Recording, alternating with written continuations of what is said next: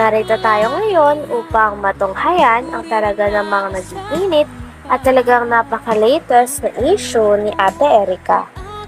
Sa pagpapatuloy ng ating istorya ay sinabi nga ng tita nila Ate Erica at ng kanyang ate na si Sheila May na meron daw kausap si Sheila May sa e-lovers.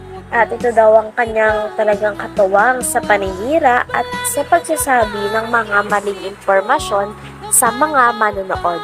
Sinasabi kasi nila na sinusustentuhan daw nila ang kanilang lolo at lola at patuloy pa rin silang tumutulong. Ngunit sa katunayan ay hindi na nga daw nila ito dinadalaw ni isang beses simula nung sila ay nakabukod na at nakalipat na sa maayos sa tirahan. Ha? Ay, lovers, gumagawa ng kasinungalingan yung iba. Yung Ima Torres po ang laging araw-araw ni Sheila may kausap. Ima Ima Torres. Torres. Ima Torres. Lagi yung kausap nila. Yung namumuno po sa Ilaber. Parehas po sila ng tamang panggawa ng kwento. Puro paninira. Pagkalkal. Yun lang. Wala na po kwebel na kanya na desisyon na magkasundo pa kami. Wala ka nang pala magkasundo kayo.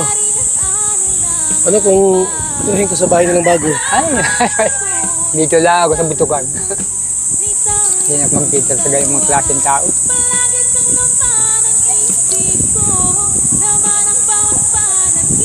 Sino yung ano? Ay, iba pangalan binanggit ko. Yung mga pala po yung Sino?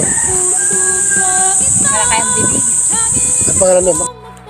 Sabi pa ng lolo ni Ate Erica ay ayaw na ayaw niya daw at hindi daw pwede sa kanyang ugali ni Ate Erica pati na rin ang kanyang ate na si Sheila May.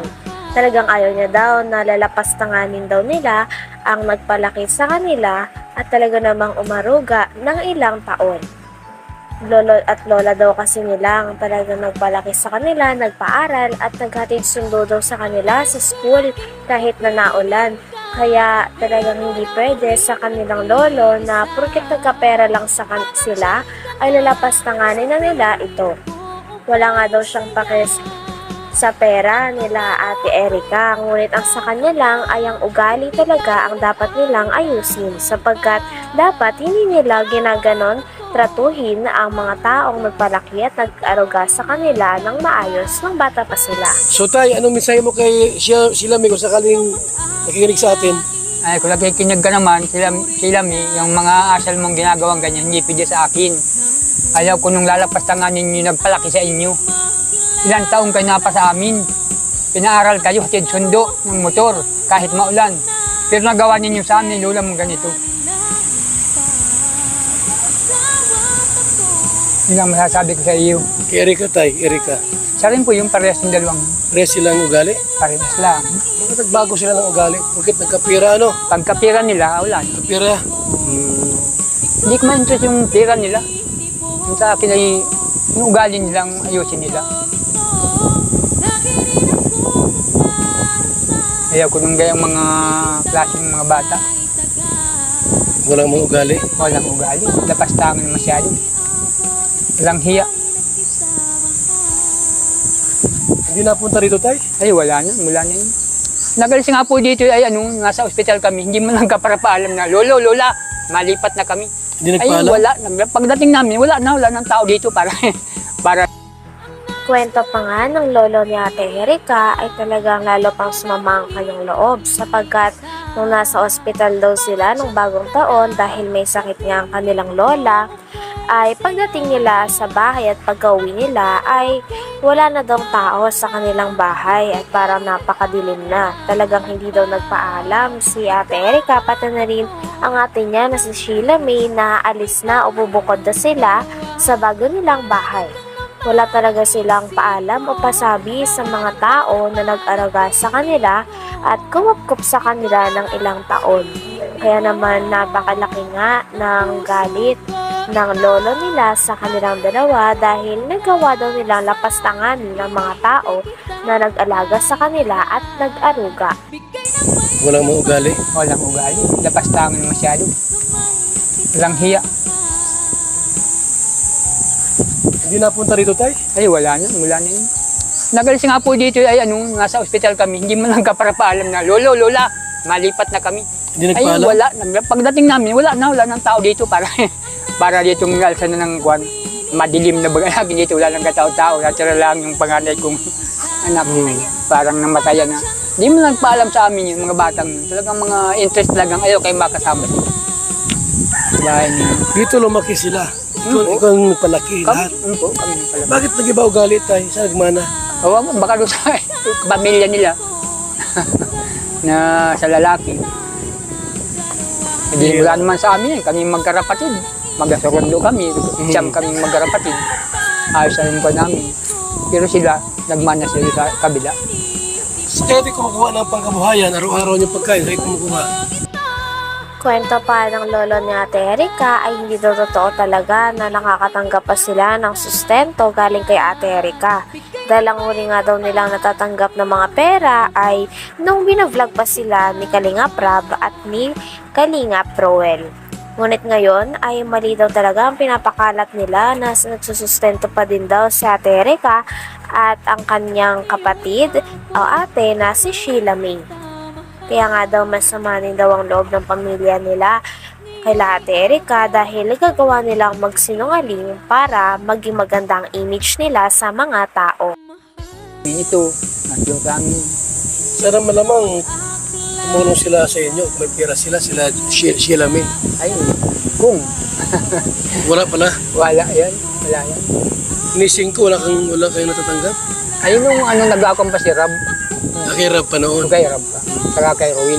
Ngayon wala na. Wala. Si Kalinga Prab ba, di na kayo binablog? Ay, hindi na. Si Ruel, gano'n, di wala na rin si Ruel. Wala na din po. Nag-vlog. Wala na din po. Okay. Mas alam natin yung totohanan, yung kwento po. Kasi pangit naman yung masakalang dadali. Mahirap. Mahirap man yun. So mula na rin po sa kanila, kung sino po itong dalawang ito, na apo nila po na sabi nga ni tatay, ng ugali. Tawag yan ni magaspang ang ugali. Hindi maganda yung gano'n. Pangit yan. Dapat yung utang na loob, saka bumahal sa... Pangit daw talaga ang ugali na ipinakita ni Ate Erika pati na rin ang kanyang ate na si Sheila May. Sabi pa nga ni Kalinga Val ay magaspang daw ang uri ng ganong ugali na dapat hindi tinataglay ng mga apo dahil lalo na ang kanilang lolo at lola ang nagpalaki at nag-aruga sa kanila. Kaya nga daw kung sino nga daw dapat ang una nilang pasisalamatan at gagantihan ng mabuting loob, ito daw ang kanilang lolo at lola. Dahil ito daw ang mga tao na nag-aruga sa kanila at ang mga tao na kumukop sa kanila noong mga sila ay walang-wala pa sa buhay.